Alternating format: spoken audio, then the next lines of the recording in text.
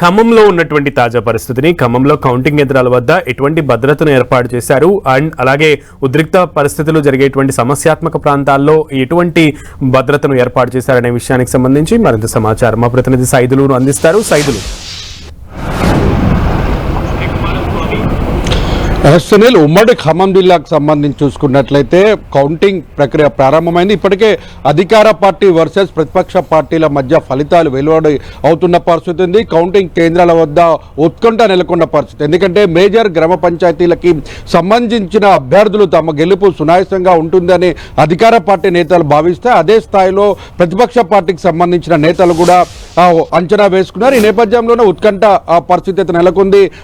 నువ్వంటే నేనా అంటే డి అంటే డి అనే పరిస్థితుల్లో కూడా ఫలితాలు వస్తున్న పరిస్థితి కనిపిస్తుంది. అత్యధికంగా ఇప్పటివరకు చూసుకున్నట్లయితే ఖమ్మం జిల్లాలోని 7 మండలాలకు సంబంధించినటువంటి ఫలితాలలో అత్యధికంగా అటు బీఆర్ఎస్ పార్టీకి సంబంధించిన ఫలితాలు ఎక్కువగా వస్తున్న పరిస్థితి ఉంది. అదే స్థాయిలో కూడా మేజర్ పంచాయతీలకు సంబంధించి కాంగ్రెస్ పార్టీకి సంబంధించిన అభ్యర్థుల గెలుపు ఫలితాలు వెలువడవుతున్న పరిస్థితి కనిపిస్తుంది. అదేవిధంగా భద్రాద్రి కొత్తగూడెం జిల్లాకు సంబంధించి కూడా కమ్యూనిస్టులకు సంబంధించి సిపిఐ సిపిఎం పార్టీలకు సంబంధించిన అభ్యర్థులు కూడా బోని కొట్టిన పరిస్థితి కనిపిస్తుంది. ఓవరాల్ గా చూసుకుంటే అటు ఇల్లందు నియోజకవర్గంలో మాత్రం పూర్తిగా కాంగ్రెస్ పార్టీతో పాటు ఢీ కొడుతున్న పరిస్థితి అయితే బీఆర్ఎస్ పార్టీ అభ్యర్థులు ఉన్నారు. స్వతంత్ర అభ్యర్థులు కూడా ఇప్పటికే 4 అభ్యర్థులు కూడా విజయాన్ని సాధించిన పరిస్థితి ఉంది. మరికొద్ది మంది కాంగ్రెస్ పార్టీ రెబల్ అభ్యర్థిగా పోటీ చేసినటువంటి అభ్యర్థులు కూడా విజయం సాధించిన పరిస్థితి అయితే ఉంది. మొత్తంగా రాత్రి 11-12 గంటల లోపు ఫలితాలు పూర్తి స్థాయిలో వెలువడే అవకాశం కూడా 22 గ్రామ పంచాయతీలు ఖమ్మం జిల్లాలో ఏకగ్రీవం అయ్యాయి. అదేవిధంగా భద్రాద్రి కొత్తగూడెం జిల్లాలో 10